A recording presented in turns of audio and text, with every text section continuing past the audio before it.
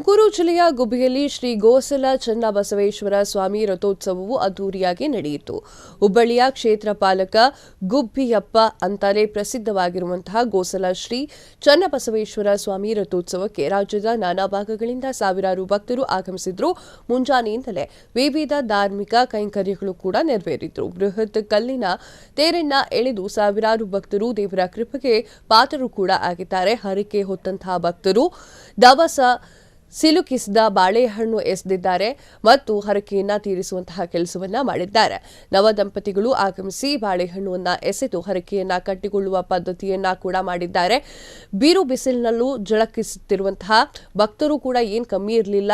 ಪಾನಕ, ಮಜ್ಜಿಗೆ, ಕೋಸಂಬರಿ, ಉಪಹಾರ, ಪ್ರಸಾದಗಳು ಕೂಡ ಎಲ್ಲವೂ ಕೂಡ ಆ ಒಂದು ಜಾತ್ರೆಯಲ್ಲಿ ಇತ್ತು.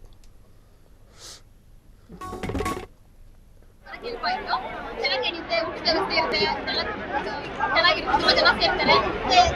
ವಿಶೇಷ ಅಂದ್ರೆ ಗರುಡ ಬರುತ್ತೆ, ಕರೆಕ್ಟಾಗಿ ರೈಲ್ವೆ ಟೈಮ್ಗೆ ಅಲಂಕಾರ ಅಂತ ಸಾಕತ್ತಾಗಿದೆ. ಎಲ್ಲರೂ ಬನ್ನಿ ನೋಡಿ ನಮ್ಮ ಜಾತ್ರೆ ಎಂಜಾಯ್ ಮಾಡಿ, ಚೆನ್ನಾಗಿದೆ. ಎಲ್ಲರ ಮೇಲೆ ಇರ್ಲಿ ದೇವರ ಆಶೀರ್ವಾದ. ಯಾವಾಗ ವೀಕೆಂಡ್ ಬರ್ತಿತ್ತು, ಇವತ್ತೇಗೋ ವೀಕೆಂಡ್ ಬಂದಿರೋದ್ರಿಂದ ಬೆಂಗಳೂರಿಂದ ಬರಕ್ಕೆ ಹೆಲ್ಪ್ ಆಯ್ತು. ಚೆನ್ನಾಗಿರುತ್ತೆ, ಊಟದ ವ್ಯವಸ್ಥೆ ಇರುತ್ತೆ, ಚೆನ್ನಾಗಿರುತ್ತೆ, ತುಂಬಾ ಜನ ಸೇರ್ತಾರೆ. ವಿಶೇಷ ಅಂದ್ರೆ ಗರುಡ ಬರುತ್ತೆ, ಕರೆಕ್ಟಾಗಿ ರೈಲ್ವೆ ಟೈಮ್ಗೆ ಅಲಂಕಾರ ಅಂತ ಸಾಕತ್ತಾಗಿದೆ. ಎಲ್ಲರೂ ಬನ್ನಿ ನೋಡಿ ನಮ್ಮ ಜಾತ್ರೆ ಎಂಜಾಯ್ ಮಾಡಿ, ಚೆನ್ನಾಗಿದೆ. ಎಲ್ಲರ ಮೇಲೆ ಇರ್ಲಿ ದೇವರ ಆಶೀರ್ವಾದ. ಯಾವಾಗ ವೀಕೆಂಡ್ ಬರ್ತಿತ್ತು, ಇವತ್ತೇಗೋ ವೀಕೆಂಡ್ ಬಂದಿರೋದ್ರಿಂದ ಬೆಂಗಳೂರಿಂದ ಬರಕ್ಕೆ ಹೆಲ್ಪ್ ಆಯ್ತು. ಚೆನ್ನಾಗಿರುತ್ತೆ, ಊಟದ ವ್ಯವಸ್ಥೆ ಇರುತ್ತೆ, ಚೆನ್ನಾಗಿರುತ್ತೆ, ತುಂಬಾ ಜನ ಸೇರ್ತಾರೆ. ವಿಶೇಷ ಅಂದ್ರೆ ಗರುಡ ಬರುತ್ತೆ, ಕರೆಕ್ಟಾಗಿ ರೈಲ್ವೆ ಟೈಮ್ಗೆ ಅಲಂಕಾರ ಅಂತ ಸಾಕತ್ತಾಗಿದೆ. ಎಲ್ಲರೂ ಬನ್ನಿ ನೋಡಿ ನಮ್ಮ ಜಾತ್ರೆ ಎಂಜಾಯ್ ಮಾಡಿ, ಚೆನ್ನಾಗಿದೆ. ಎಲ್ಲರ ಮೇಲೆ ಇರ್ಲಿ ದೇವರ ಆಶೀರ್ವಾದ.